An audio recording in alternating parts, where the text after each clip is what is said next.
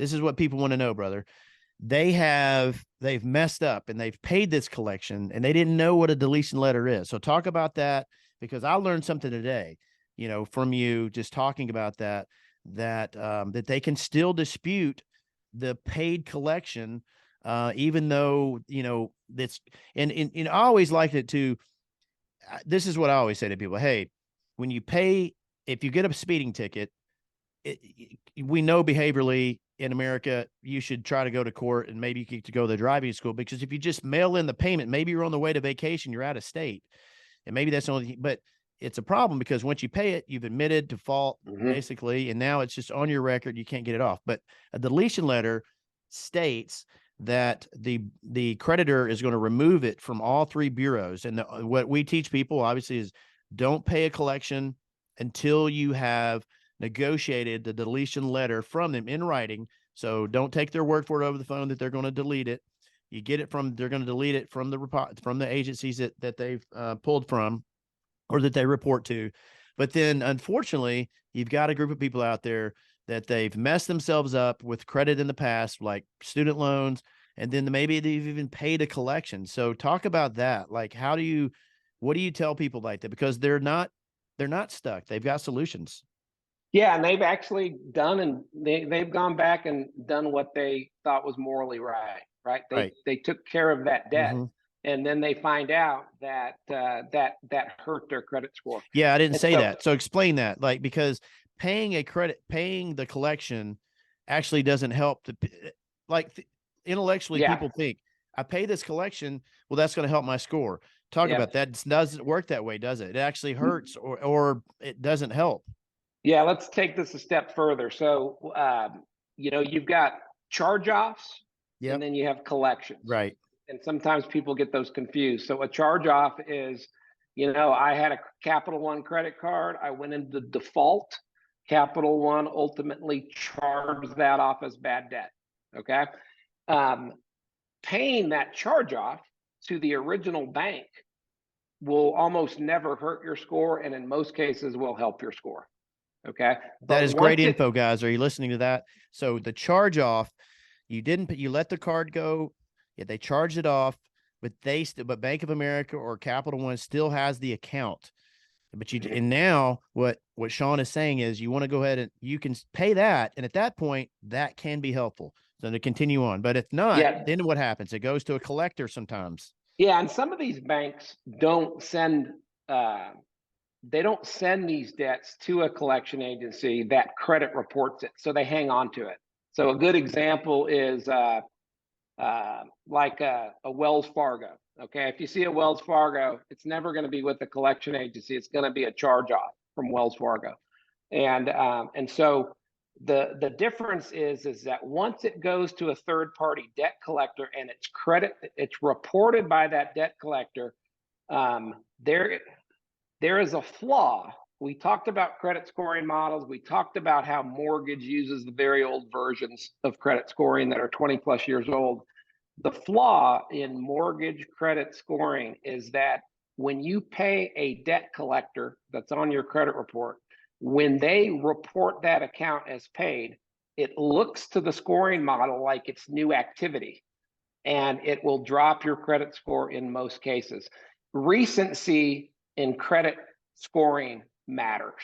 How recent the derogatory or negative event happened. So you can literally take a 3-year-old collection account that's not having as much impact to your credit score, and if you pay that today, that in most cases will drop your mortgage score. Now, a lot of the newer versions of credit scoring, including Credit Karma, will reward you in points when you pay a debt collector. Okay, but that is not the model that you want to be concerned about. In our business, most of our clients are trying to buy a house, and they're referred by companies like yours, Mark. And so we educate based on mortgage FICO scores. Yeah, because Credit Karma score doesn't really help them. It doesn't get them. It's just really a monitoring system. And so that's very interesting. So they go pay it, and they get their new Credit Karma, and they see, wow, I went over 700 now. Then they go to apply for the mortgage, and they get pre-approved, and we tell them it's still 640. And it's because they don't really, it doesn't work that the same across the board. Exactly. And, a lot of people call it the FICO score and the FACO score, right? Well, Right. the reality is FICO that is where it's at, is the bottom line. FICO is 90+% of lenders use a FICO score. There are, Vantage score is gaining traction. As we talked, there's discussions about introducing that into the mortgage world here in a year or so. But today it's FICO that matters. And so, yeah, if you're going to pay a debt collector, you definitely need to get that deletion letter from them, because you can take that deletion letter and you can send that to the credit bureaus if they don't follow through with the deletion, or to even speed up the deletion. Take that deletion letter, send it to the credit bureaus and say, this needs to be deleted because, the debt collectors said they were going to delete it. You go ahead. Yeah. And now when it comes to, let's say you've already made that payment, right? You didn't know, you did you did the right thing. You paid that debt collector. You still want to dispute that account on your credit report, because you're disputing it to make sure that it's accurate and it's verifiable with the furnisher. Okay. And you never want to dispute online. Okay. These credit monitoring companies like Credit Karma make it very easy to open a dispute. But the problem is there's a provision in the Fair Credit Reporting Act that says if you dispute online, they do not have to notify you if they decide to reinsert the item. And that happens a lot.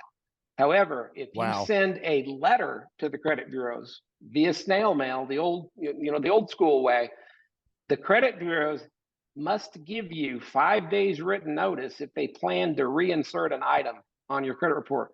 And it almost never happens. I've seen it once in all my years of doing this. I actually saw the credit bureau response that said, we are reinserting this item. Why can they reinsert? It's a provision in the Fair Credit Reporting Act that, let's say that the creditor didn't respond in a timely fashion, so the credit bureau took it upon themselves to delete that account or correct it in favor of the consumer the way they wanted it. And now later they receive some, verification information. They can reinsert it, but they have to give you notice, and they don't do it. They don't do it. Okay. Mm-hmm. So yeah, that makes a lot of sense. So someone has, low scores, late payments or collections. You recommend going ahead, disputing those, even though if you paid them, and you did dispute them. So how do they go about that? Like somebody's sitting there, somebody's listening right now. They want to know, where do I go? I don't go on, do I go online? How do they dispute that? Because you're saying you need to do it in writing. So do they literally Google, Equifax, TransUnion, Experian and mail them? Is that what they do? Yeah, and it's best to send those certified mail so that you can track it. You can, off Google, you can get the credit bureau's address. Many of them have 8 or 9 different addresses. You can use any address for the credit bureau to send your dispute letter to. And so they don't need to be an ID club or have micaffico.com to initiate that. You're going straight to the top at this point. Yeah, they just have to have some means of knowing that item's there, and that's one of the problems with Credit Karma. Credit Karma doesn't give you any account numbers. So, you really can't dispute an account using Credit Karma, because you don't know what the account number is to place in your dispute letter related to that Chase credit card or that Bank of America credit card. Not to mention, Credit Karma is really a marketing company that tries to get you to apply for credit, because that's how they make money. So I don't like Credit Karma, but when it comes to disputing, you need to pull your credit report somehow, right? ID Club, you can go directly to the credit bureaus. By the way, the place that you can get a free credit report from the credit bureaus is annualcreditreport.com. So annualcreditreport.com is the government-sponsored site that they have to give you a free credit report directly from the credit bureau once a year. But once COVID happened, they do it weekly right now. And they've decided to extend the weekly service until the end of this year. It's not easy. I mean, when you go get your credit report from annualcreditreport.com, you actually have to fill it out individually for each credit bureau. And then they're going to display that credit report on your screen, and you have to save it as a PDF. You can't log back in. It's just like, here's your report. You either print it, save it. There's no credit score. There's no monitoring. And it's going to be a cumbersome report to look at. It's most likely going to be 100 pages or more, Yeah. from each bureau. The reason we like a credit monitoring company is because it shows us each credit bureau side by side. So Capital One, and it shows us how Experian, Equifax, and TransUnion report it. That is how I find discrepancies, right? Because our credit report must be accurate. And so I use their information back against them when I dispute an account on a credit report.